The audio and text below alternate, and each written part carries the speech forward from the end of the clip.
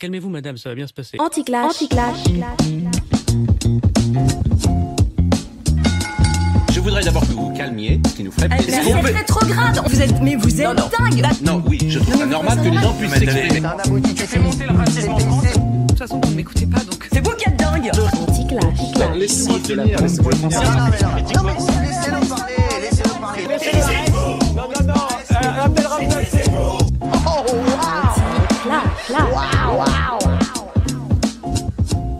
Bienvenue dans Anti-Clash, une émission qui va au fond des sujets polémiques sans tomber dans le clash.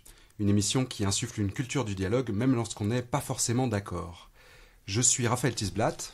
Bonjour, je suis Olivier Fournoux. Aujourd'hui, nous allons parler planification écologique. Depuis 50 ans, nos sociétés savent tout, ou presque, du problème écologique posé par le développement de l'humanité dans sa version actuelle, à savoir industrielle, capitaliste et mondialisée. Et pourtant, aucune des tendances alarmantes diagnostiquées par la science sur la pollution, la chute de la biodiversité, l'épuisement des ressources, la déforestation, le réchauffement climatique, n'a pu juste commencer à être inversée. Se pose donc de manière aiguë la question de la planification écologique ou redirection écologique ou transition écologique qui enfin s'attaquera ou s'attaquerait à la résolution du problème. Pour aborder cette question de quelle planification écologique, nous avons fait le choix Anti-Clash de deux invités qui, dans les grandes lignes, sont plutôt d'accord sur le principe d'une planification écologique, mais qui ont des différences sur le centre de gravité de celle-ci. Est-ce que c'est à l'État qu'il convient de confier les rênes de cette transition, de cette planification, et par lui ou par les États puissants dans le monde, d'abord de se donner des chances d'enfin peser pour inverser les tendances? Ou est-ce à des initiatives plus décentralisées sur les territoires, avec un maximum de diversité, d'expérimentation libre, qu'il convient de faire confiance? Avec ces questions, nous nous situons résolument non pas du côté du dialogue de principe sur pour ou contre la planification, mais du côté du comment faire, comment réussir la transition. Faisable, pas faisable, à quelles conditions? Et nous mettons en dialogue une approche plutôt verticale versus plutôt horizontale des actions à entreprendre, en faisant le pari que c'est peut-être dans la dialectique des deux, dans le dialogue des deux, que se situe la sortie du labyrinthe. François-Xavier Huttot, bonjour. Bonjour. Vous êtes doctorant à l'Université de Genève. Vous travaillez sur la question des technologies et du calcul en nature pour la planification écologique.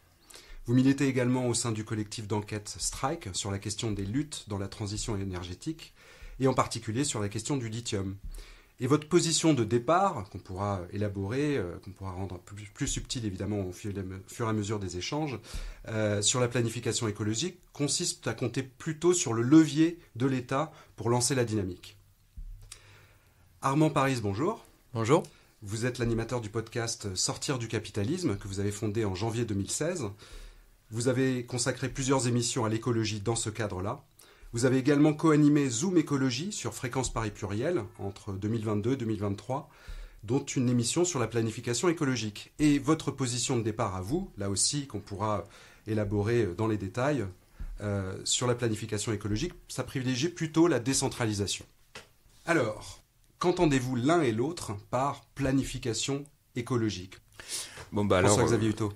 Alors la planification écologique, ça reprend quelque chose qui était assez courant dans les politiques publiques au XXe siècle, c'est la planification économique. Et donc l'idée de la planification économique, c'est que c'est un moyen de coordonner les activités économiques en particulier, mais les activités productives notamment, par des moyens qui ne sont pas des moyens de marché. C'est-à-dire que c'est pas le marché qui assure la coordination des différents secteurs de l'économie, par exemple, mais cette coordination se fait selon un plan. Et donc la planification écologique, dans ce cadre-là, ce serait d'intégrer cette forme de coordination au sein des limites planétaires, et donc de réinscrire dans l'activité économique dans ces limites planétaires. Et donc l'idée de la planification écologique, c'est que ce sont des moyens autres que ceux du marché qui permettent de faire ça. Merci. Armand Paris. J'ai pas forcément grand-chose à ajouter. Je trouve que la définition a été très bien faite, mais je pense que un des enjeux aujourd'hui, en tout cas, de parler de planification, c'est que évidemment, c'est associé donc à des expériences du XXe siècle qui sont des expériences qui sont plutôt associées en général au régime socialiste autoritaire du XXe siècle, même si en réalité il y a eu aussi une planification capitaliste après la Seconde Guerre mondiale dans un certain nombre d'États capitalistes. On peut même parler de planification pendant les deux guerres mondiales. Mais ça, je pense que c'est un enjeu sur lequel on reviendra, mais où évidemment la dimension écologique était complètement absente de cette planification au XXe siècle, qui était productiviste et qui visait à maximiser les infrastructures, la production, etc., mais sans prendre en compte les critères écologiques. Et alors, aujourd'hui, pourquoi, justement, sur le devant de la scène, cette question de la planification écologique est-elle si vitale, à votre sens, l'un et l'autre François-Xavier ? Ouais, alors, ça revient un peu à qu'est-ce que c'est la planification écologique, quoi. C'est-à-dire que, en gros, les économistes et, de manière générale, les gouvernements, en fait, depuis ces 50 ans dont vous parliez tout à l'heure, ces 50 ans de prise de conscience, de rapports faits par diverses organisations internationales, par le GIEC qui alerte sur le réchauffement climatique. Ces problèmes-là, les solutions qui ont été proposées, c'est dans l'ensemble des solutions de marché. Et donc notamment ce qui a été proposé pendant très longtemps pour faire face à une des limites planétaires que je citais tout à l'heure, celle du réchauffement climatique, c'est les marchés carbone. Donc, par exemple, dans l'Union européenne, on a décidé depuis 20 ans à peu près d'avoir recours à des marchés carbone pour limiter les émissions. Je prends cet exemple de cette limite-là parce que c'est celle qui, je dirais pas que c'est la plus importante, mais elle implique beaucoup d'autres limites planétaires. Le réchauffement climatique, je pense par exemple au cycle de l'eau qui est une des autres limites planétaires. Cette solution-là, disons que elle résiste assez peu à l'évaluation en termes de politique publique. C'est-à-dire que depuis 20 ans, les prix du carbone sont extrêmement bas parce que il y a tout un tas de raisons un peu techniques, mais en gros, pour aller vite, on pourrait dire qu'il y a une spéculation à la baisse sur le prix du carbone. Et donc, en fait, les solutions de marché pour, comme je le disais tout à l'heure, coordonner l'activité économique et pour la faire rentrer dans ses limites, donc là, ici, pour la décarboner, par exemple, ces solutions de marché, elles ne fonctionnent pas. Et donc, en fait, on se retrouve dans une situation où, c'est ce que les économistes appellent un échec de marché, en fait. C'est-à-dire que le marché, ici, n'arrive pas à satisfaire ce pourquoi il a été designé, ce pourquoi il a été créé. Et donc c'est pour ça que, en fait, un petit peu, assez logiquement, en fait, les moyens de coordination non marchands reviennent sur le devant de la scène, en fait, vu que les moyens de coordination marchands fonctionnent pas. Non marchands voulant dire planification, justement. Voilà. Armand Paris, sur cette question de la pertinence là aujourd'hui ou de l'urgence de la question de la planification écologique. Oui, alors je pense que pour continuer sur ce que disait François-Xavier, je pense que en gros le constat qu'on peut faire aujourd'hui et que tout un tas d'historiens, notamment de l'environnement, comme Jean-Baptiste Fressos dans son livre Sans transition sur l'histoire de l'énergie montre, c'est que le capitalisme n'a jamais connu de transition écologique. Ni de transition énergétique d'ailleurs. Il n'a fait qu'additionner les énergies les unes aux autres, parce que le capitalisme fonctionne selon une logique qui fait qu'il est poussé par des impératifs de marché. Chaque acteur économique, chaque entreprise est poussé par les impératifs de marché, par la compétition sur le marché, disons, à sans cesse chercher à minimiser ses coûts unitaires pour baisser ses prix, etc., etc. Et donc il y a une tendance qu'un certain nombre d'historiens ou de sociologues et d'économistes, etc., ont pu observer. Dans le capitalisme, c'est une augmentation exponentielle du volume de production, et pour baisser les coûts du travail et augmenter la productivité, aussi une augmentation exponentielle notamment de l'utilisation de machines, de technologies de plus en plus fortes, qui fait que évidemment tout ça demande de plus en plus d'énergie et de matières premières. Donc la logique structurelle du capitalisme, c'est pas simplement une idéologie de la croissance. C'est pas parce que les capitalistes croiraient qu'il faut croître que on serait dans une impasse. C'est pas l'idéologie du marché. C'est que le marché capitaliste force en fait les acteurs économiques à croître sans arrêt en termes de volume de production et en termes de productivité, ce qui implique en général l'utilisation de plus en plus de machines qui sont énergivores.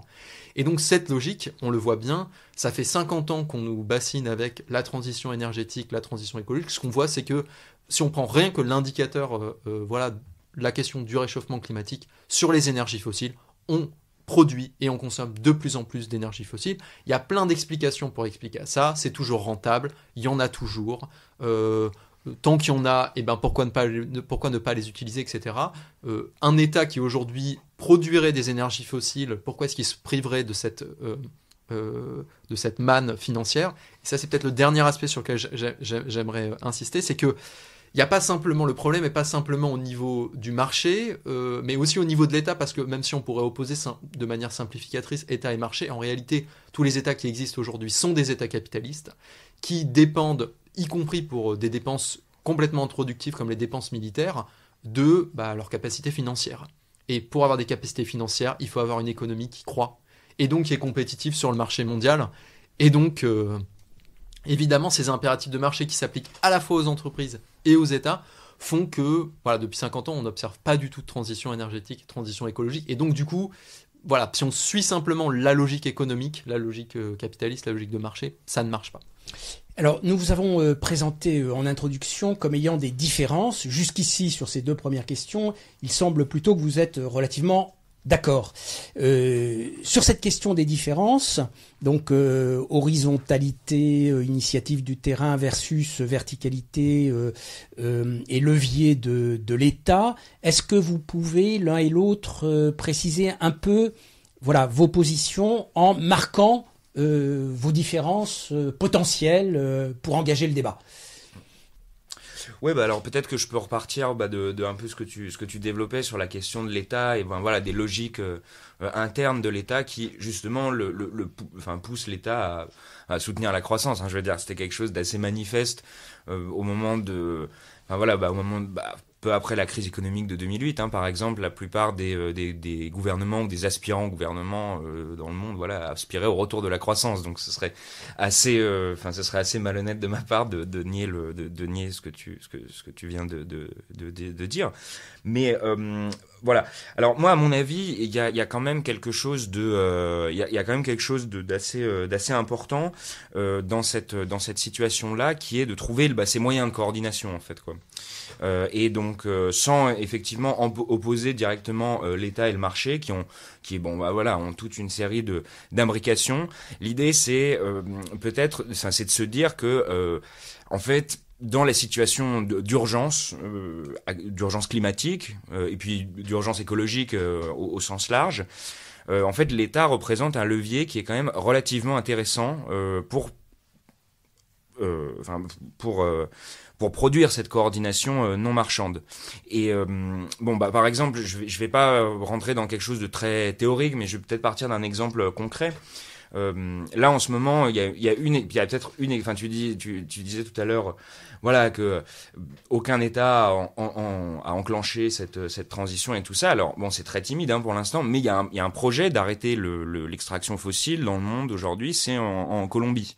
C'est le gouvernement de Gustavo Petro qui refuse l'ouverture de nouveaux projets fossiles, par exemple. Refuse le projet de nouvelles infrastructures fossiles. Donc, il me semble que l'extraction de pétrole représente environ, je sais plus, c'est quelque chose comme 15-20% du PIB de la Colombie. Donc, c'est quand même assez considérable. Donc, il y a un plan macroéconomique derrière ça, de transition. Après, à mon avis, il faudra le regarder en détail. Il y a des choses dedans qu'on peut aimer, qu'on peut moins aimer. Notamment, il me semble que en gros, le fait d'abandonner ces revenus fossiles passe beaucoup par gager ça sur le tourisme, par exemple. Donc du coup, voilà, ça veut dire qu'il y a certaines zones où va y avoir du tourisme de masse en Colombie. Donc voilà, ça implique des échanges, quoi, en fait, ce qu'on appelle en anglais des trade-offs, c'est-à-dire voilà. Mais en fait, moi, ce que je pense, c'est que l'État est quand même un outil très intéressant pour penser ça, parce que en fait, ça. Je vais prendre un autre exemple en fait pour soutenir ce point-là. C'est donc il y a encore un exemple d'arrêt, enfin autour de l'arrêt des énergies fossiles. Le fait est qu'aujourd'hui, voilà, c'est ce que tu disais tout à l'heure, hein, le fossile est extrêmement rentable pour les sociétés qui vendent de l'énergie, parce que voilà, en fait on a une infrastructure fossile qui est installée, et puis il va y avoir du pétrole qui va sortir tout le temps, voilà, on va faire du profit dessus. Et le problème aujourd'hui, c'est que les infrastructures énergétiques du renouvelable, donc l'éolien et le solaire principalement, en fait, sont pas du tout comme ça. C'est-à-dire qu'une fois qu'on installe des panneaux solaires, c'est fini en fait. Enfin, les panneaux solaires, on les fabrique, on les installe. À la limite, on les rénove, mais voilà, il y a plus de profit qui est fait dessus, quoi. Donc voilà, dans cette situation-là, l'idée c'est que de toute manière, Total, ExxonMobil vont pas s'autodissoudre. Et que l'État représente, selon certaines conditions, hein, bien sûr, mais l'État représente un levier, un outil intéressant pour les mouvements écologistes. Et alors là, je m'arrêterai là, mais pas sur le mode de ce qu'on a beaucoup connu pendant les mobilisations climat, par exemple. C'est-à-dire qu'on a bien vu pendant les mobilisations climat, l'idée c'était d'interpeller les dirigeants politiques, de leur dire prenez conscience de la catastrophe, de l'urgence, de la crise, etc.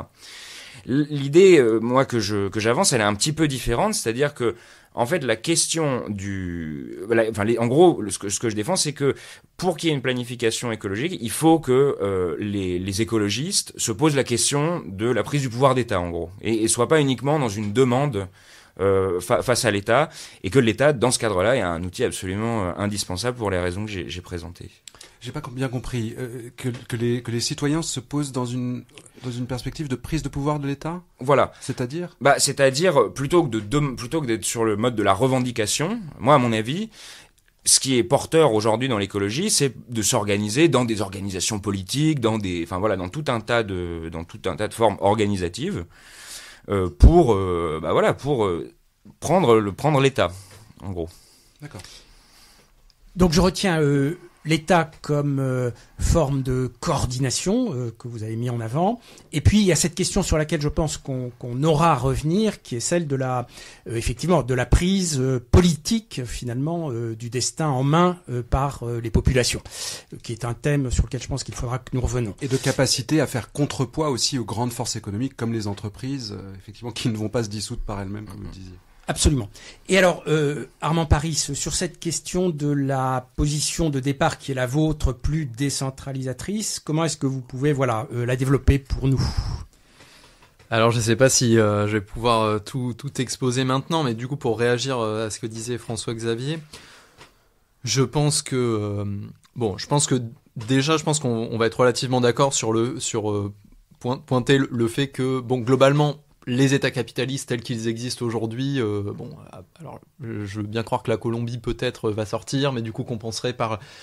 Moi j'ai quand même tendance à penser que dans le cas de l'économie capitaliste mondiale, les États ne feront pas plus, et je pense notamment par simplement la contrainte économique globale, et on l'a vu tout au long du XXe siècle, ne vont pas faire beaucoup plus que à la marge, faire des réajustements parce que leur place dans la mondialisation le permettra. On peut se dire, tout le monde ne peut pas devenir le Costa Rica ou la Suède, pour le dire de manière... Tout le monde ne peut pas faire du tourisme vert ou vivre du fait qu'ils font du design de meubles très rentable.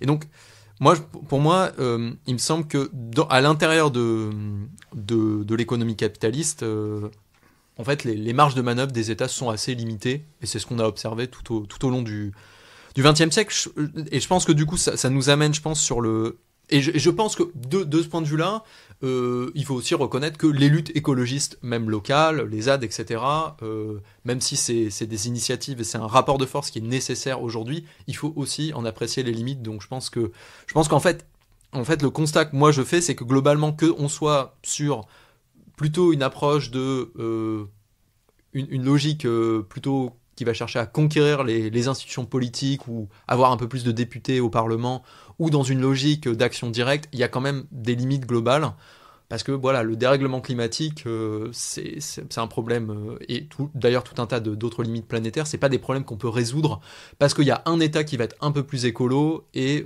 en plus pour combien de temps, et parce que telle lutte va être contre un aéroport va être victorieuse, sans minimiser évidemment l'importance évidemment de créer un rapport de force favorable à la fois par l'action directe ou par l'action politique plus classique. Alors qu'est-ce qui nous reste du coup ?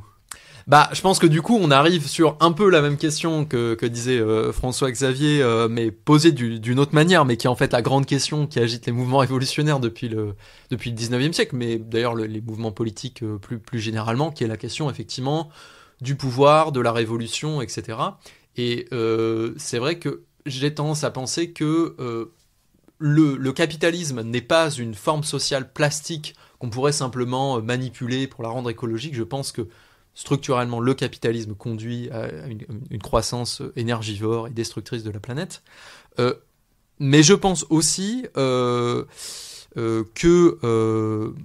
l'État, en tant que forme sociale, en tant qu'organisation sociale, on va dire, qui est dominante dans le monde depuis, on va dire, je sais pas, le XVIe siècle, pose aussi problème. Et c'est pour ça que, tout à l'heure, je faisais mention des expériences de planification au XXe siècle. C'est quand même des expériences de planification qui ont été, alors pour une partie très autoritaire, c'est le cas de l'URSS, la Chine, etc. Pour d'autres, à la limite, la France post-libération, c'est un petit peu plus démocratique, mais globalement, je pense que là où le débat sur la planification écologique doit reprendre les grands débats sur la planification et sur l'organisation sociale et politique qui a eu lieu au 19e au 20e siècle, c'est la question, on va dire, moi ce que je dirais, c'est les dangers, on va dire, d'aboutir comme dans la plupart des grandes révolutions du XXe siècle. Il y a eu un certain nombre de révolutions qui ont été victorieuses, la Russie en 1917, la Chine en 1949, on pourrait dire les Khmers rouges, etc. On peut multiplier les exemples.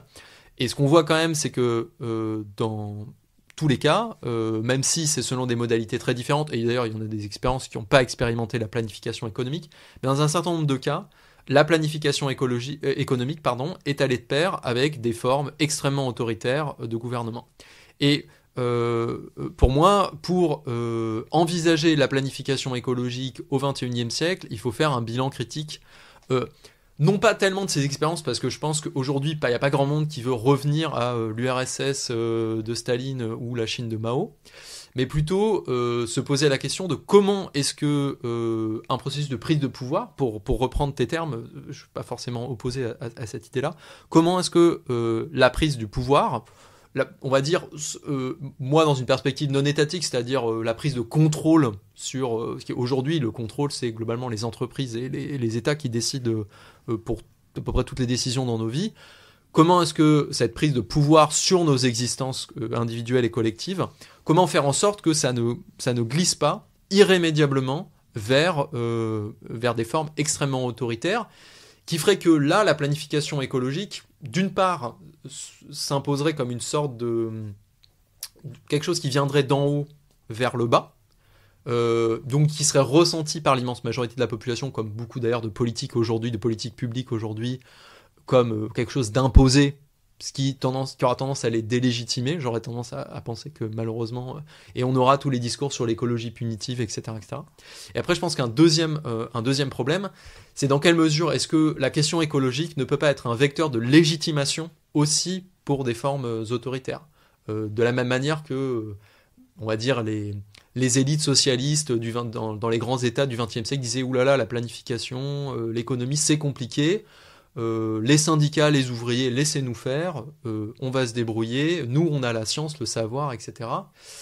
Et évidemment, la question écologique peut très facilement être instrumentalisée dans ce cadre-là, et on l'a déjà vu, c'est déjà un petit peu le cas dans certains États. Par exemple, on peut penser en Chine, où il y a cette idée, voilà, c'est l'État qui est, l'État qui sait mieux. Et effectivement, comme ce sont, et c'est là où je pense que ça va donner une discussion intéressante aujourd'hui, c'est que vu que ce sont des problèmes globaux, hein, le dérèglement climatique, évidemment que l'État peut particulièrement s'afficher, a des bonnes raisons de s'afficher comme ah bah nous regardez, bon c'est bien les ZAD, les AMAP et tout ça, voilà, mais bon ça c'est des trucs locaux, là on doit résoudre des problèmes globaux. Donc moi un peu un des enjeux pour moi aujourd'hui c'est comment est-ce qu'on pense la solution à des problèmes globaux qui n'impliquerait pas tendanciellement et je pense structurellement en fait la captation du pouvoir par une minorité de révolutionnaires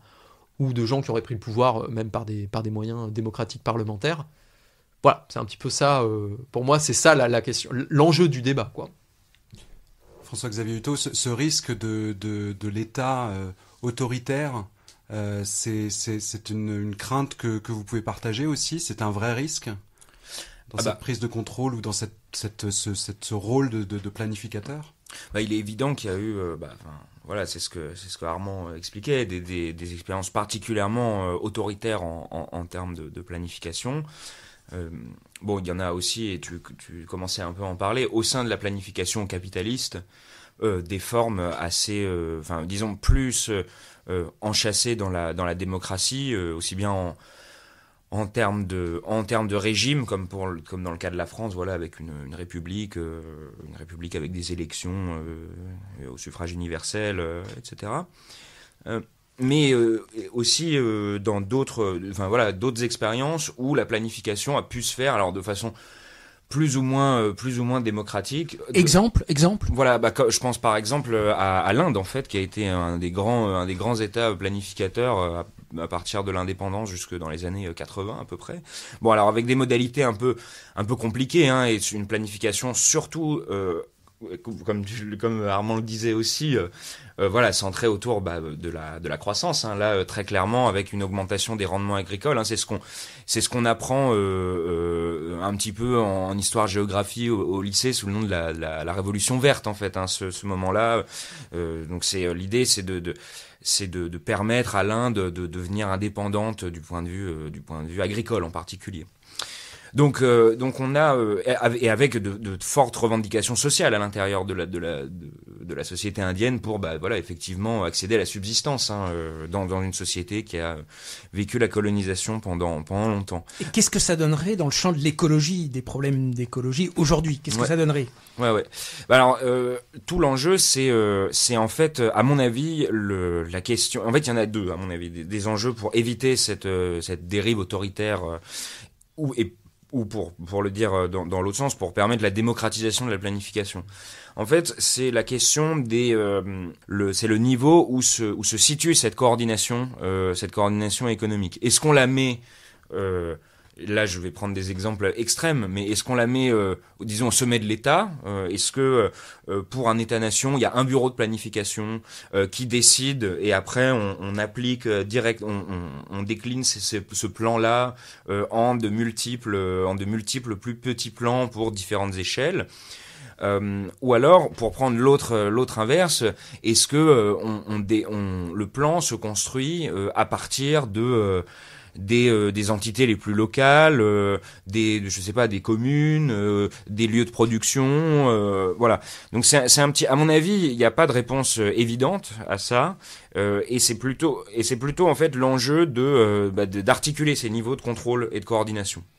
Et en fait, alors moi pour ça, à mon avis, un des penseurs les plus intéressants de ça, c'est alors là c'est un peu vieux pour le coup, c'est Otto Neurath, qui est un philosophe économiste et plein d'autres choses autrichien du début du siècle, qui lui il a beaucoup théorisé la planification, notamment pendant dans la suite immédiate de la Première Guerre mondiale.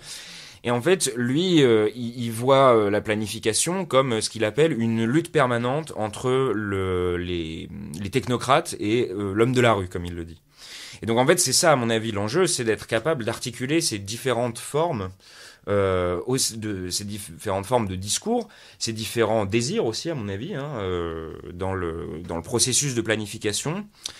Et à mon avis, et donc du coup, à mon avis, pour justement articuler ces différents niveaux, quelque chose qui est très important dans la fabrication des plans et qu'on oublie un peu parce que c'était même présent dans certaines expériences très autoritaires de planification, c'est le caractère, disons, itératif du plan. Alors je m'explique, c'est l'idée que en fait, on va pas avoir ni un plan qui est agrégé à partir de toutes les petites unités qui proposent leur plan de production et qui remontent et qui sont synthétisés à la plus haute échelle, ni que le bureau général de planification va décliner ses plans. C'est qu'en fait, il faut un aller-retour permanent entre les différentes instances de planification. Et donc ça, c'est très compliqué parce que la planification, souvent, elle se fait dans des périodes de crise, dans des périodes de guerre, notamment. Enfin, la planification, elle est liée à l'économie de guerre indéniablement. Et donc, du coup, ça prend beaucoup de temps. Et ça, c'est un des enjeux. Fondamentaux. Quand on lit les travaux, je pense par exemple à ceux d'un économiste comme Charles Bettelheim, qui a beaucoup conseillé des gouvernements aussi bien dans le bloc socialiste que dans des pays capitalistes. Donc, notamment, il a beaucoup aidé l'Inde à élaborer ces techniques de planification. Lui, il souligne tout le temps, enfin, c'est quelque chose de vraiment récurrent dans ses travaux et d'autres planificateurs, que ça prend du temps, en fait, de faire ça. Et que pour avoir un plan, le construire, enfin, trouver les données pour le construire, le communiquer à une autre instance, que l'autre instance le modifie. Bon, voilà, ça prend beaucoup de temps et donc voilà, c'est à la fois, il y a des solutions pour faire face à ces risques autoritaires, mais c'est des solutions qui sont extrêmement coûteuses à la base pour les acteurs de cette possible planification à venir. Alors, j'entends tous les deux que, d'une certaine façon, vous avez une vision péjorative de l'autoritarisme qu'il faut éviter dans ses formes les plus violentes. Oui, il faut le souligner parce que c'est vrai que il y a aussi dans des mouvements écologistes des gens qui disent que on va devoir en passer par l'autoritarisme. Donc là, entre vous êtes assez clair là-dessus. En même temps, la question de l'autorité n'est peut-être pas complètement à écarter quand il s'agit à un moment de prendre des mesures. François-Xavier Huttot, vous parliez d'économie de guerre. Est-ce qu'à un moment, on peut faire l'économie, question ouverte, d'une forme d'autorité, par exemple, pour... je dis n'importe quoi, mais est-ce que c'est des exemples que vous reprendriez à votre compte ? Interdire les grosses bagnoles, les SUV, rationner le tourisme, arrêter d'importer des chaussures par avion entier vers les sociétés développées. Est-ce qu'à un moment, la question de l'autorité, une fois écarté l'autoritarisme, mais la question de l'autorité n'est pas au cœur de la planification? Alors Paris. Ouais, alors pour répondre...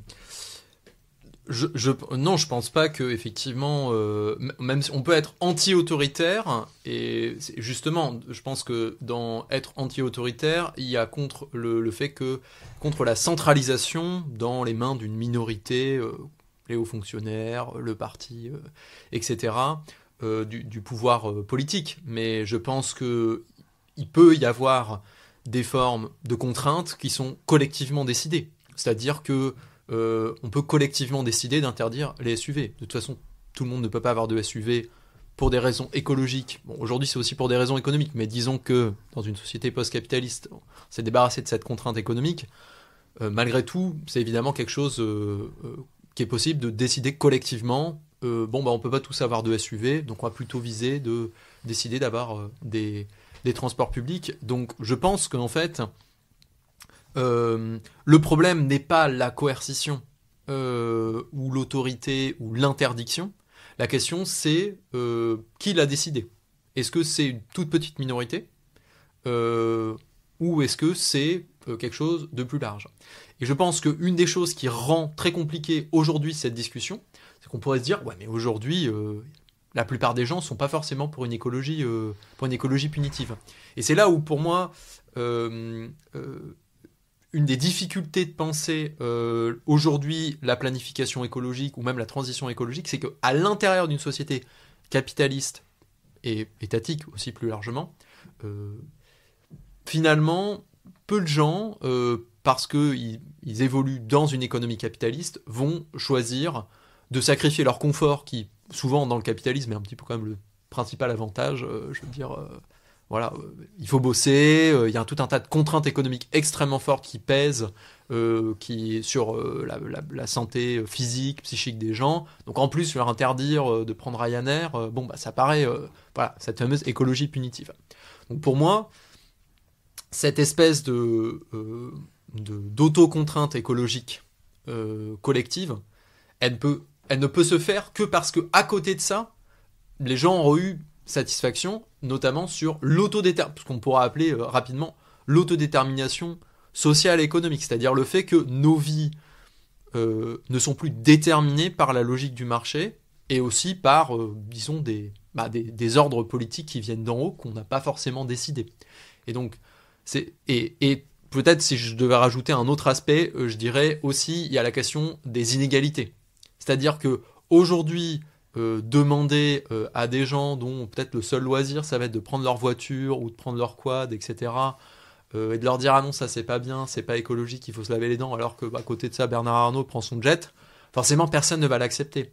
Et je pense que justement un des aspects historiques qui est intéressant, que ce soit d'ailleurs dans les guerres ou dans les révolutions de manière assez différente, les gens sont capables d'accepter beaucoup plus de privations lorsque ça se fait de manière relativement égalitaire, et lorsque ça se fait pour un but plus grand.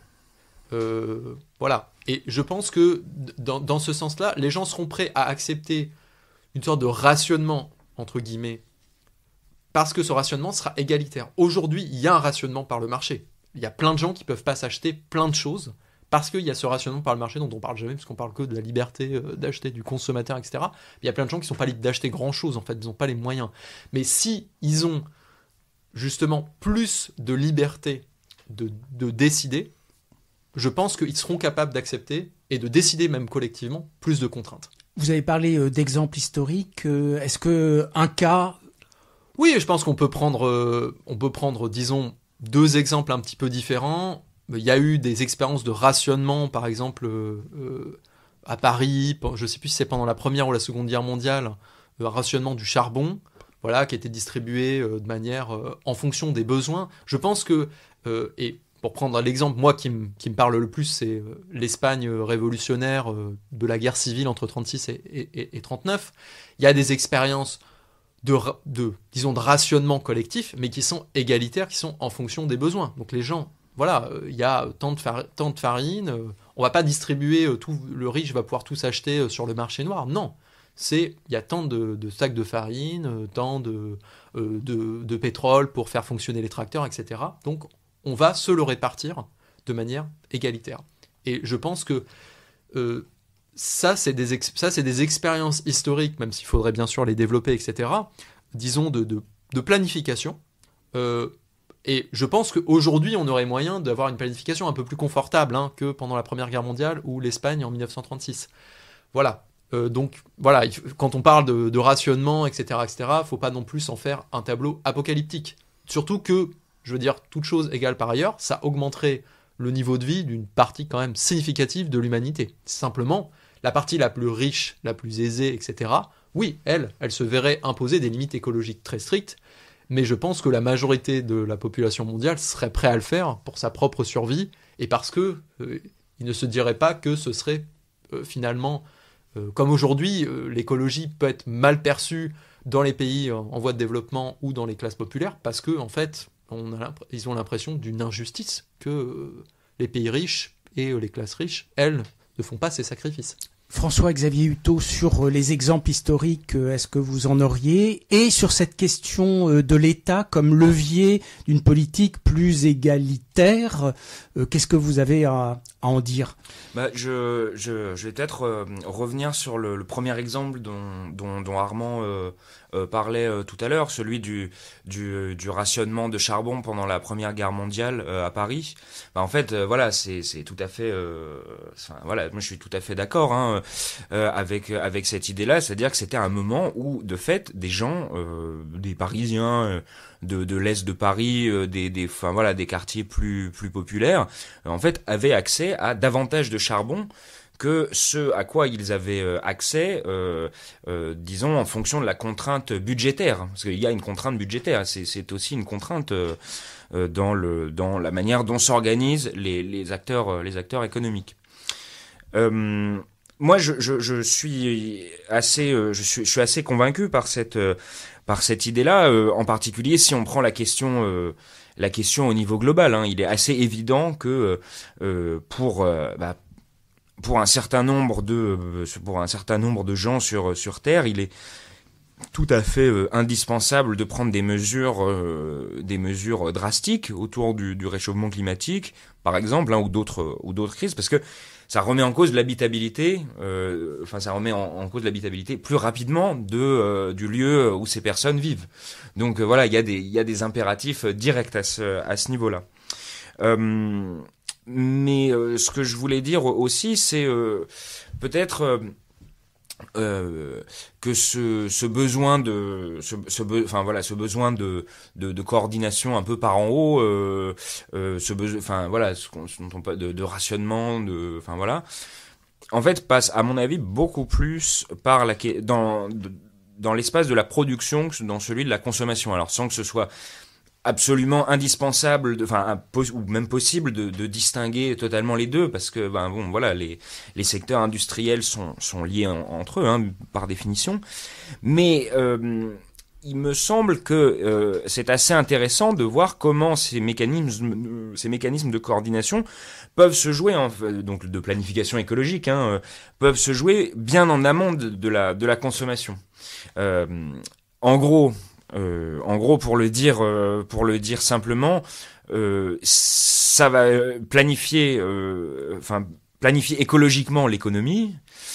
Ça va plutôt passer, à mon avis, par un renforcement du rôle du contrôle politique sur la production de l'acier que sur la couleur des chaussettes. Pour le dire comme ça. Et en fait, à ce moment-là, à mon avis, on a déjà des choses assez intéressantes qui existent dans la société capitaliste. Il s'agit simplement de mettre un petit twist, on va dire, à l'intérieur de ça, parce que de la planification, il y en a en fait, il y en a partout des moyens de coordination non marchands. Une entreprise pour s'organiser à l'intérieur de ses firmes, elle n'a pas des rapports marchands. Je veux dire, par exemple, une compagnie aérienne, pour savoir là où elle va placer ses avions, elle va pas faire des transactions monétaires entre différentes branches de la compagnie aérienne pour savoir où est-ce qu'on met l'avion selon un optimum économique. C'est fait selon ce qu'on appelle un optimum technique, c'est-à-dire que à un moment c'est moins coûteux techniquement de placer tel ou tel avion à un endroit. Donc en fait l'idée que je voudrais développer, c'est qu'en fait, à mon avis, il est possible d'avoir des mécanismes de coordination. Il y a ces mécanismes de coordination existants. Il y a une initiative politique, disons, à avoir en termes de quelle est la nature des contraintes qu'on met dans cette planification. Est-ce que c'est une contrainte de profitabilité, comme c'est le cas aujourd'hui dans l'économie capitaliste, ou est-ce que c'est, je dis n'importe quoi, une contrainte en termes de consommation électrique, par exemple? Et là, le calcul est pas le même du tout. Donc du coup, voilà, c'est à mon avis, c'est un peu à ce niveau-là que se pose selon moi en tout cas, ce besoin de coordination par l'État, par exemple, ou par un bureau de planification un peu général, disons. Armand Paris, je vous voyais acquiescer quand François-Xavier parlait du problème du fait que il fallait agir au niveau de la production et plus que la consommation, c'est-à-dire en gros agir au niveau de l'offre et non pas de la demande, en gros. Est-ce que vous aviez l'air d'être d'accord avec ça ? Oui, je suis totalement d'accord avec ça, et je pense que d'ailleurs une des difficultés pour faire accepter, disons, au plus grand nombre des décisions drastiques qui sont nécessaires écologiquement, en termes notamment de décarbonation de l'économie, parce que l'effort qu'on va devoir faire dans les prochaines décennies, il est énorme. C'est pas une petite transition tranquille, il va falloir quand même drastiquement couper nos émissions de gaz à effet de serre et donc notre consommation d'énergie fossile, qui sont pas simplement le pétrole qu'on met dans notre voiture, etc., qui sont pour produire de l'acier, etc. C'est quand même quelque chose d'un petit peu complexe et lourd. Je pense que en tant que consommateur, c'est plus difficile de l'accepter, parce qu'on se dit, bon, bah voilà, on va plus pouvoir acheter tel objet, on va plus pouvoir utiliser, etc. Par contre, en tant que producteur, là, peut-être que la liberté économique, parce qu'aujourd'hui, on est quand même dans un système qui parle beaucoup de liberté, etc., mais on est dans des organisations du travail qui sont extrêmement autoritaires. Et même lorsqu'on est petit producteur, etc., dans son coin, on est écrasé par la concurrence économique. Et je pense que justement, dans une société post-capitaliste, je pense que ce qui serait sans doute perdu, c'est la capacité, si on a énormément d'argent, de pouvoir acheter tout et n'importe quoi, et donc de repousser les limites écologiques indéfiniment. Si on a des millions d'euros aujourd'hui, on peut vraiment détruire la planète, sans parler de milliards. Mais la majorité des gens, c'est pas forcément l'expérience qu'ils font de la société capitaliste. L'expérience de la société capitaliste qu'ils font, c'est que, globalement, ils sont dans un boulot aliénant, où ils sont dominés, ou même s'ils sont pas dominés par leur patron ou par leur manager, ils sont dominés par les contraintes économiques, la compétition, etc. Globalement, les auto-entrepreneurs, c'est beaucoup d'auto-exploitation, etc. Et donc, en fait, pour moi, tout ça, ça a une incidence économique, parce que aujourd'hui, la quantité gigantesque d'énergie et de matières premières qui sont nécessaires pour faire tourner l'économie à plein régime comme aujourd'hui et qui dépassent largement les limites écologiques sont atteintes aussi, parce que tout le monde est contraint par le salariat ou par la compétition économique de faire ça. C'est-à-dire que s'il y a des gens qui en Chine bossent 60 heures par semaine dans des mines de charbon, c'est pas parce qu'ils se disent putain on a besoin de charbon, c'est parce qu'ils sont contraints pour survivre globalement de bosser 60 heures par semaine dans des mines, etc. Globalement, c'est un peu l'expérience que chacun peut en faire. Donc je pense qu'une partie du rationnement, entre guillemets, de la consommation sera beaucoup mieux acceptée si c'est simplement le produit de, en fait, je pense que c'est là où il y a une détermination politique, alors pour moi qui passe pas par l'État, mais qui passe plutôt par des assemblées locales, qui ensuite se fédèrent par un principe d'aller-retour, mais disons qui partirait du bas, qui irait vers le haut, et puis qui retournerait vers le bas. J'aurai peut-être l'occasion d'y revenir. Mais pour moi, c'est plutôt parce que collectivement, on a décidé, en fait, on va arrêter de produire tel type de production, ou alors on va y consacrer que tant de temps, que tant d'efforts, que oui, la production mondiale d'un certain nombre de choses, notamment les choses qui sont destructeurs pour la santé des travailleurs, va diminuer, et ça aura un impact écologique, Et du coup, oui, peut-être que tout le monde ne pourra pas avoir son smartphone, mais parce que les gens qui notamment produisent certains des composants de ces smartphones, que ce soit le coltan en République démocratique du Congo, des terres rares en Chine, etc., auront décidé collectivement que nous, on est prêts dans le cadre, pour satisfaire les besoins, on peut produire ces minerais pour, par exemple, les équipements médicaux mondiaux, mais par contre, on n'a pas envie de se tuer pour que tout le monde ait son smartphone qui peut changer tous les ans. Vous évoquiez, en disant que vous alliez y revenir, c'est peut-être le moment de nous décrire comment ça se passe finalement, l'organisation, la mécanique, la matérialité du débat partant de la base et petit à petit montant vers le haut pour ensuite redescendre. Et une fois ceci décrit, j'écouterai bien François-Xavier Huttot sur ce dispositif-là. Qu'est-ce que vous en pensez ? Disons que pour éviter simplement de faire de la spéculation, on va dire, de la même manière, je vais me baser sur des expériences historiques qui sont simplement pas les mêmes expériences historiques que celles de la planification étatique du XXe siècle, mais plutôt des expériences révolutionnaires qui, malheureusement, ont souvent été écrasées assez vite, et donc parfois d'ailleurs par des États socialistes. Et donc du coup, c'est sûr que ils ont, disons, l'inconvénient d'avoir été relativement bref, et on ne sait pas si ça aurait marché aussi bien sur des décennies, etc. Mais bon, disons que pour prendre l'exemple qui, moi, me semble le plus prometteur historiquement, qui est ce qui s'est passé dans la région espagnole de l'Aragon entre 1936 et 1936, pendant une période révolutionnaire qui a ouvert la possibilité pour principalement des paysans et des ouvriers, d'inspiration anarchiste, etc., de se constituer en commune, de mettre en commun un certain nombre de moyens de production.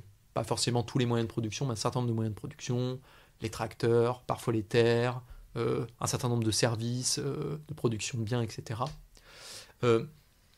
Ces expériences, pour moi, ce qu'elles avaient d'intéressant, c'est d'une part l'idée d'autodétermination économique, c'est-à-dire ce sont des assemblées, contrairement à la séparation aujourd'hui de la politique et de l'économie, où en gros, quand on vote, on décide finalement assez peu on décide pas sur ce qui va se passer en termes de production tout de suite. On décide d'autres choses. Là, l'idée, c'est on décide collectivement qu'est-ce qu'on produit, comment est-ce qu'on produit, qui produit, combien de temps, comment est-ce qu'on se répartit le produit, etc. Pour moi, c'est une expérience de planification, dans le sens où c'est vraiment une autodétermination politique de l'année qui suit, quand est-ce qu'on sème, parce que c'est principalement agricole, mais aussi combien est-ce qu'on produit de tracteurs, etc., etc.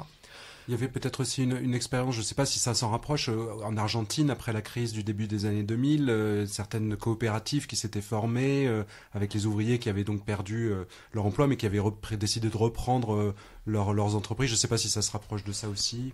Alors c'est intéressant, l'expérience argentine, c'est complexe. On va dire que dans l'expérience argentine, il y avait une partie où des gens se sont retrouvés un peu dans le piège de ce que moi j'appelle l'autogestion capitaliste, c'est-à-dire on prend les moyens de production, mais comme on reste dépendant du marché, qu'on doit vendre sur le marché, finalement, on se retrouve comme les auto-entrepreneurs aujourd'hui, c'est-à-dire, c'est chouette, on est notre propre patron, mais parfois il faut s'auto-licencier parce qu'on n'est pas assez compétitif sur le marché. Mais après, il y avait un deuxième moment, un autre aspect de l'expérience argentine qui, pour le coup, s'en rapproche beaucoup plus, c'était une partie du mouvement des piqueteros, qui, eux, étaient partis sur des formes de coopératives où là, on produisait pour satisfaire les besoins. Donc il y avait des boulangeries, les piqueteros, c'était des mouvements de chômeurs, globalement, qui produisaient collectivement du pain pour satisfaire leurs besoins immédiats en dehors de la médiation du marché. Donc il y a évidemment un rapport. C'est-à-dire, cette idée, c'est on part des besoins individuels et collectifs, on essaie de déterminer comment est-ce qu'on va les satisfaire, c'est pour moi pour ça qu'on peut parler de planification, et ensuite on les réalise en fonction relativement du plan. Et après, pour finir sur le niveau de montée, parce que je parlais de bas en haut, l'idée, c'est, dans cette expérience, il y a eu un échelon fédéral. Alors, ça n'a pas été une révolution mondiale, donc il n'y a eu qu'un échelon régional, mais on peut espérer que... En Espagne. En Espagne, exactement. Il y avait ce qu'on appelle le Conseil régional de défense d'Aragon. Donc, c'est une période de guerre et de révolution, c'est pour ça que ça s'appelle Conseil de défense, où il y avait un aspect, justement, de coordination économique très fort, c'est-à-dire que toutes les communes, c'est des centaines de villages aragonais, de petites villes, envoyaient toutes leurs données économiques, combien est-ce qu'on a de moutons, combien est-ce qu'on a produit de laine cette année, etc., combien est-ce qu'on a d'olives, combien est-ce qu'on a d'huile d'olive, etc., etc. Ils envoyaient toutes ces données économiques, qui ensuite, à un échelon fédéral, les gens de cet échelon fédéral étant globalement des gens qui ont été élus en mandat impératif et révocable par les communes. Le mandat impératif et révocable, c'est quoi ? C'est on élit les gens, mais avec une mission bien précise qui est celle d'appliquer globalement ce qui a été décidé à l'échelon local. Et c'est révocable, c'est-à-dire si le représentant ne fait pas ce qu'on lui a dit, on peut l'enlever. Il y a le principe de délégation qu'on a dans nos démocraties représentatives aujourd'hui, sauf que globalement, notre député, une fois qu'on l'a élu pendant 5 ans, on n'a aucun contrôle dessus, il peut faire l'inverse de ce pourquoi il a été élu. Et on ne peut pas le révoquer. Donc là, il y a cette idée quand même du mandat impératif et révocable pour éviter justement ça. Et donc, ces gens-là, qui ont été élus en mandat impératif et révocable pour remplir une certaine mission, ces gens-là, coordonnaient et disaient dans telle région, il manque d'olives, mais par contre ils produisent trop de laine, donc comment est-ce qu'on fait un échange ?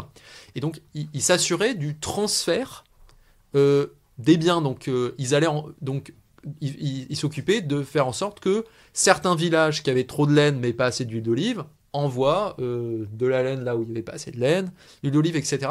Donc avec cette logique de coordination économique qui ne se faisait pas par l'intermédiaire du marché, puisque c'était pas mon mouton il vaut tant d'huile d'olive, c'est pas le troc, c'est une autre logique, c'est une logique de comment est-ce qu'on arrive Alors, à l'échelle locale, comment est-ce qu'on arrive à collectivement satisfaire nos besoins? Mais là, c'est aussi à l'échelon régional comment est-ce qu'on arrive à satisfaire collectivement nos besoins.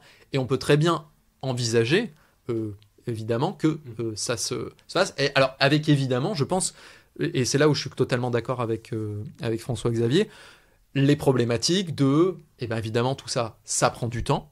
Que, évidemment, il y a tout un tas de problèmes qui doivent être gérés de manière globale, ou au moins de manière continentale. Donc, évidemment, ça veut dire un processus d'aller-retour.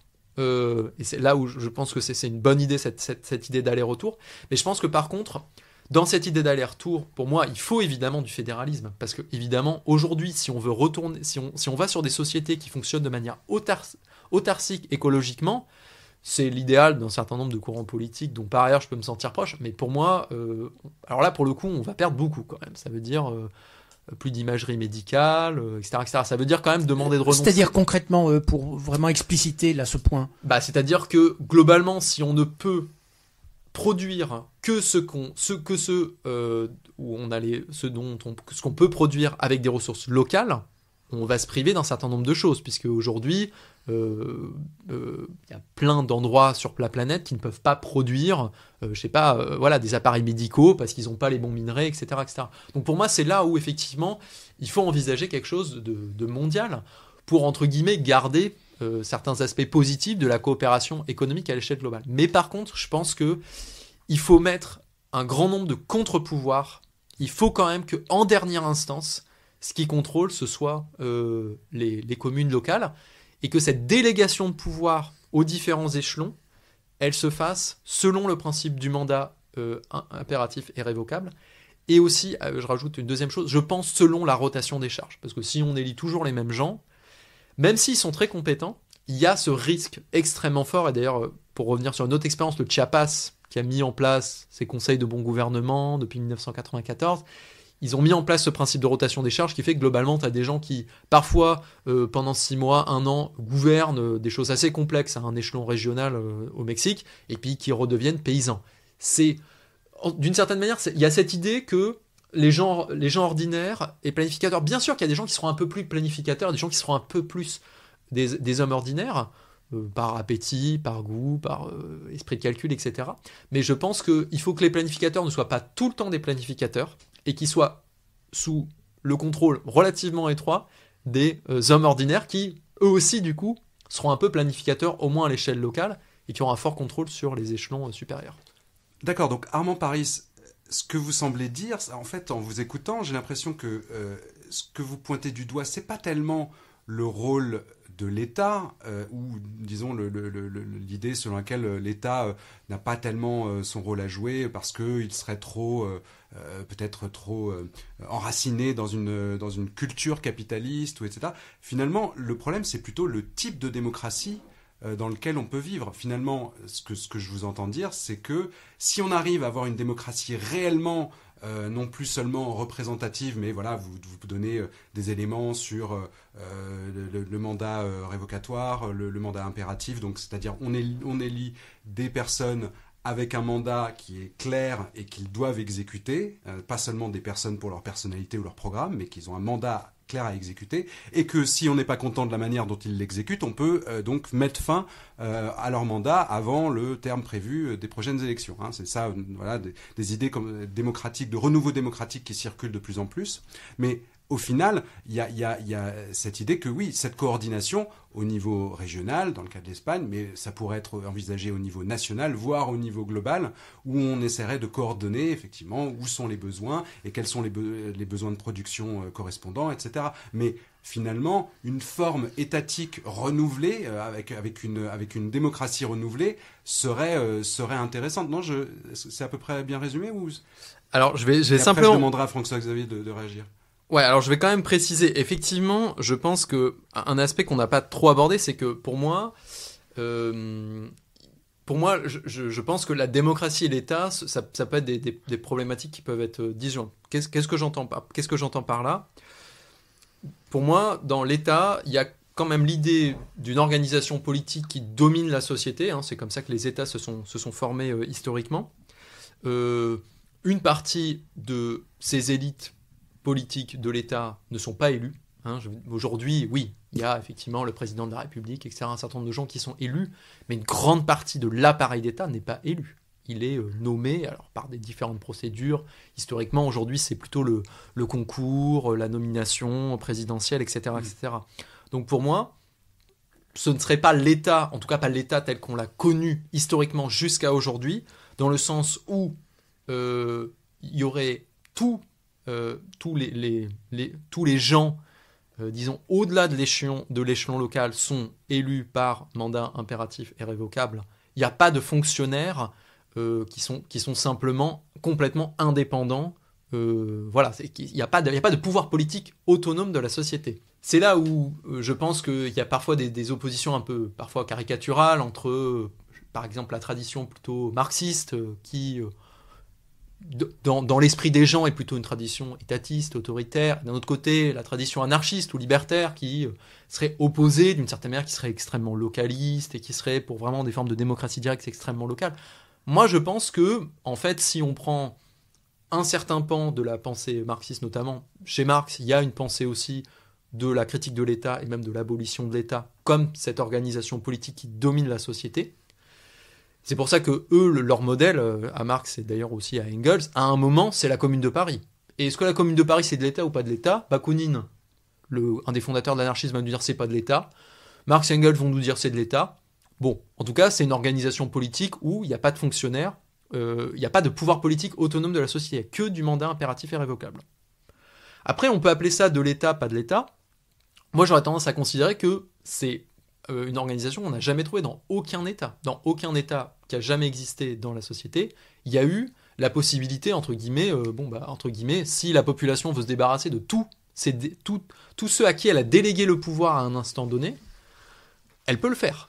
Dans aucun État, c'est possible. L'État est globalement plutôt un instrument d'oppression de la société, même si, effectivement, au 19e, au 20e siècle, il y a eu de plus en plus un relatif contrôle populaire, mais qui est très limité, sur une petite partie des représentants, et encore que tous les certains nombres d'années, on voit globalement le contrôle qu'on a aujourd'hui sur les élites politiques, sur ceux qui font l'État, parce que l'État, c'est pas qu'une abstraction, hein, c'est aussi, et qu'une structure, c'est aussi des gens. Le pouvoir qu'on a sur ces gens, il est extrêmement faible. Là, l'idée, c'est qu'il y aura un pouvoir absolu, entre guillemets. Donc, est-ce qu'on veut appeler ça de l'État ou pas ? Moi, j'aurais tendance à dire que ce n'est pas de l'État. Mais si on veut appeler ça de l'État pour se rassurer en se disant, bon, finalement, c'est de l'État, donc c'est pas trop grave, voilà. Et je pense, un deuxième tout petit point, c'est que je pense que pour moi, mettre en place une organisation comme ça passe nécessairement par une forme de révolution. C'est-à-dire qu'on pourrait pas reprendre, pour moi, on peut pas reprendre les institutions existantes pour les transformer en quelque chose de plus démocratique. Je veux dire, ce serait comme demander au capitalisme de plus fonctionner selon la logique du marché, demander à l'État de devenir une sorte de grande coopérative où tout le monde décide, avec un contrôle absolu sur ceux à qui on délègue le pouvoir de manière en plus assez limitée. Pour moi, c'est impossible. François-Xavier Hutto, qu'est-ce que vous en pensez ? Est-ce que par rapport à ces réflexions sur effectivement la nature de l'État, est-ce qu'on peut réformer suffisamment l'État pour qu'il accomplisse ses objectifs de transition écologique dont on parle, ou est-ce que ça ne serait pas possible ? Et par rapport au capitalisme aussi, est-ce que ce capitalisme, est-ce qu'on devrait, comme tente à le dire Armand Paris, est-ce qu'on devrait vraiment s'en débarrasser complètement, ou est-ce qu'il y a quelque chose à faire dans ce cadre-là aujourd'hui ? Bon, alors déjà, moi, il y a deux choses sur lesquelles je suis entièrement d'accord avec Armand. C'est d'abord le besoin pour la planification de politiser l'économie, quoi. C'est-à-dire qu'en fait, même lors du début du podcast, quand vous m'avez demandé comment définir la planification écologique, en fait, on pourrait dire que c'est ça, en fait, c'est politiser de façon écologique l'économie, en quelque sorte. Pour prendre quelque chose dans un cadre encore plus large. Et donc effectivement, ça m'amène au deuxième point sur lequel on est vraiment, alors là pour le coup entièrement d'accord, c'est que effectivement, en fait, les structures étatiques, pour tout un tas de raisons, ne correspondent pas du tout à cet objectif-là en réalité aujourd'hui. C'est-à-dire que si on regarde, y compris dans des États dans des régimes démocratiques, il est assez difficile de faire des choix en tant que citoyen sur des sujets qu'on évoquait tout à l'heure, par exemple l'intensité en carbone de la production de l'acier. Hein, c'est quelque chose qui est totalement, enfin voilà, je veux dire, on peut éventuellement en faire, mais de façon très très très indirecte, en élisant quelqu'un qui va faire passer éventuellement une loi sur. Alors voilà, c'est à mon avis la raison pour laquelle il est très difficile d'envisager une planification écologique sérieuse selon les modalités. Comme on les a définies tout à l'heure, qui passe pas par une rupture, en gros, aussi bien au niveau constitutionnel, hein, en fait, dans les États démocratiques, donc c'est-à-dire, voilà, quels sont les objets que se donne la société, c'est-à-dire, est-ce qu'elle se positionne simplement par rapport à l'État, ou est-ce que elle se positionne par rapport, je sais pas, à un tas d'entités naturelles, à des cours d'eau, à du carbone, à des animaux, c'est la question des formes politiques de la décision. Et puis après, effectivement, il y a la question de la rupture avec le mode de production capitaliste. Le mode de production capitaliste étant tellement dépendant du marché dans sa logique interne, hein, ça je pense qu'on l'a bien montré pendant le podcast, il est très difficile d'envisager une planification qui passerait par un maintien de cette modalité de coordination-là et donc du mode de production capitaliste. En revanche, comme je le disais un petit peu tout à l'heure, à mon avis, il y a des choses très intéressantes à l'intérieur des firmes capitalistes, notamment, pour répondre à tout un tas de problèmes, en fait, notamment celui du temps d'itération, enfin de ce temps d'aller-retour en fait entre les différentes instances de la planification. Parce que en fait aujourd'hui, en gros, je vais faire pour expliquer ça, il faut faire un petit détour par les techniques de planification, mais en gros, il y a plein d'outils pour planifier, mais en gros, ce qu'on va essayer de faire quand on planifie la production d'une économie nationale, par exemple, c'est qu'on va prendre ce qu'on appelle une matrice entrée-sortie, avec les différents flux en fait, aussi bien matériels, donc ça sera une matrice ou une autre matrice avec les flux monétaires, par exemple, entre les différents secteurs. Et puis voilà, on va chercher à réorganiser, à se fixer des objectifs de production et en particulier à optimiser cette production. Donc notamment ça par exemple dans de nombreuses expériences, par exemple tu citais l'URSS tout à l'heure, c'était optimiser la production d'acier pendant très longtemps pour se préparer à la guerre, etc. Alors dans ce cas-là, il s'agirait d'optimiser selon d'autres critères. Et ce qui est très intéressant aujourd'hui, c'est qu'en fait autant l'optimisation les techniques d'optimisation de la production, elles ont existé dans les économies planifiées, mais elles existent dans l'économie capitaliste. Donc c'est les exemples que je donnais tout à l'heure, hein. C'est-à-dire que par exemple pour maximiser la productivité d'une opération minière, d'une compagnie aérienne, on utilise ces techniques mathématiques là aujourd'hui. Et moi à mon avis, il y a une chance, je sais pas comment dire, mais en tout cas, il y a un atout historique qui est là aujourd'hui, c'est que en fait, il y a des systèmes aujourd'hui qui permettent d'optimiser des problèmes beaucoup plus grands que ce qu'on pouvait faire pendant le XXe siècle, par exemple, de faire des calculs qui à l'époque auraient pris des mois. Et les résoudre en quelques minutes aujourd'hui, hein. Donc ce qui est déjà très long, hein, quelques minutes de calcul, hein, c'est des grosses matrices là, ce dont je parle. Donc ça, première chose, le temps de calcul. Et deuxième chose, et là je pense que c'est encore plus intéressant pour l'itérativité, les niveaux de différentes planifications, c'est que en fait, il y a une concentration des technologies, hein, aujourd'hui, c'est ce que les GAFAM, hein, etc. Donc en fait, il y a une concentration aussi de ces technologies-là d'optimisation. Et donc le leader sur le marché, enfin c'est pas vraiment un marché parce que c'est du logiciel open source. Je rentre pas trop là-dedans, mais c'est Google aujourd'hui qui a le principal logiciel d'optimisation linéaire et non linéaire. Et donc en fait, moi mon idée, alors c'est un work in progress, hein, je suis en train de travailler là-dessus. Mais c'est que, en fait, de l'idée même que de très nombreuses firmes capitalistes dans le monde utilisent ce même langage de modélisation et d'optimisation, produit un phénomène d'interopérabilité entre les données. C'est-à-dire qu'elles vont être codées à peu près pareil. Elles vont être agrégées à peu près pareil.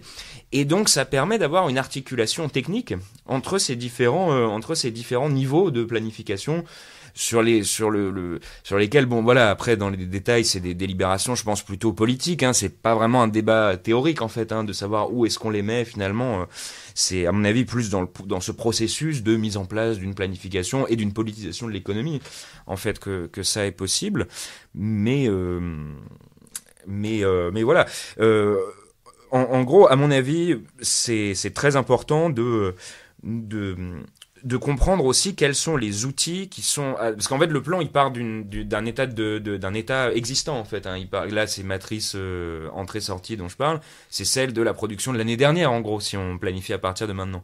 Donc en fait l'idée c'est à la fois d'avoir une rupture politique claire, hein, avec les anciens moyens de coordination qui nous ont amenés à aux crises écologiques, mais de l'autre côté de voir aussi dans ce qui est là, en fait comment on a peut-être des outils plus intéressants aujourd'hui pour planifier et peut-être aussi plus démocratiques en fait. Mais bon, ça c'est... Merci. Alors, il y a sans doute matière à rebondir sur vos apports l'un et l'autre, dont je vous remercie vraiment vivement. Peut-être dernière petite question un peu plus personnelle pour clôturer cette émission, et peut-être qu'il y aura une deuxième émission pour creuser certains points dont vous avez posé les graines. Question plus personnelle, est-ce que vous auriez un souvenir personnel qui, d'une certaine façon, dans votre vie, dans votre biographie, alimenterait votre position politique sur ce sujet de la planification écologique, et nous clôturerions cette émission là-dessus. Moi, j'ai une idée d'une expérience qui est pas tant personnelle, mais plus politique, quoi, disons. François-Xavier Hutto. Moi, j'ai le souvenir voilà, vous le disiez au début, moi, je participe à ce collectif qui fait des enquêtes militantes, notamment sur la question du lithium, et qui est un des grands enjeux de la planification écologique aujourd'hui en France, parce que voilà, du fait que la décarbonation ça passe par les transports, hein, en France, vu qu'on a du nucléaire pour l'énergie, enfin pour l'électricité, et donc du coup pour moi la planification je la vois un petit peu comme disons que j'en vois les graines quoi dans toutes les réunions, les débats autour de ce projet de mine de lithium dans la région de Montluçon, dans la région la mine devrait être à Échassières, mais l'usine à Montluçon. Donc voilà, moi je le vois un petit peu comme ça, on fait de la planification écologique plus que comme quelque chose d'un peu technocratique, quoi. Je le vois un peu aussi comme une manière de les gens se forment à des problèmes techniques, à des problèmes politiques et aux implications politiques de ces problèmes techniques en fait, et délibèrent entre eux, ce serait ça, donc toutes ces expériences d'assemblée, de discussion dans l'Allier. Merci. Armand Paris. Ouais, alors moi c'est plus indirect, c'est plutôt, je dirais, la rencontre un petit peu des derniers gens qui ont participé à certaines expériences révolutionnaires du XXe siècle et qui m'ont transmis quand même cette force collective, disons, de penser qu'on peut prendre en main la société, qu'on peut transformer la société. Et effectivement, j'ai rencontré notamment des anarchistes, des gens qui avaient participé à la Révolution espagnole ou leurs enfants. Et c'est vrai que j'ai été frappé par le degré de culture politique de gens qui étaient des paysans, des ouvriers.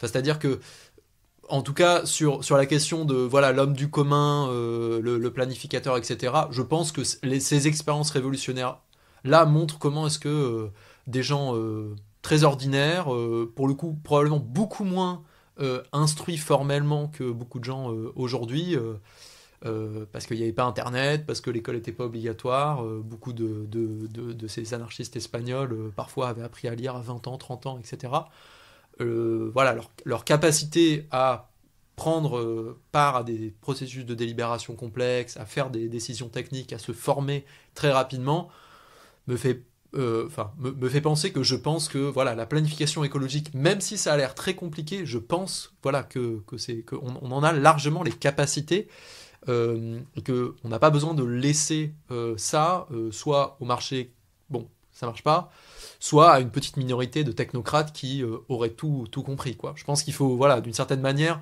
ces expériences où des gens très ordinaires sont devenus extraordinaires, si je reprends ces mots-là, montrent qu'il n'y a pas d'obstacle cognitif qui ferait que la planification, ce serait pour une petite minorité de gens ultra instruits issus de la bourgeoisie ou de l'aristocratie.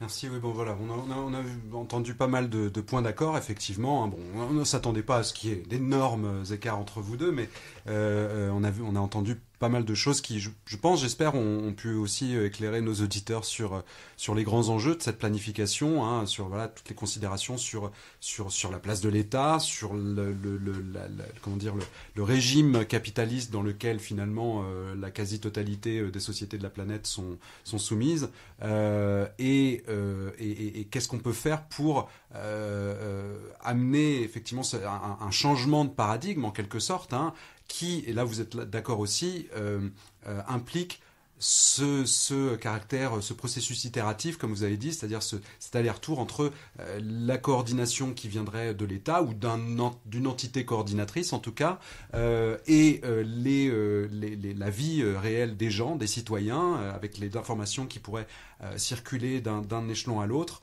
et qui pourraient quand même amener à ce changement. Ce que j'entends aussi, c'est que vous êtes tous les deux assez optimistes, ou en tout cas volontaristes, sur cette possibilité de changement de mode de production, et in fine évidemment de consommation aussi.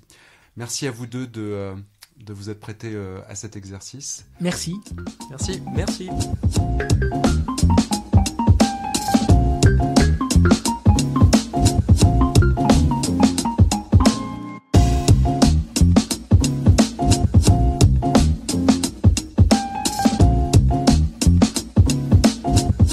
Anti-clash.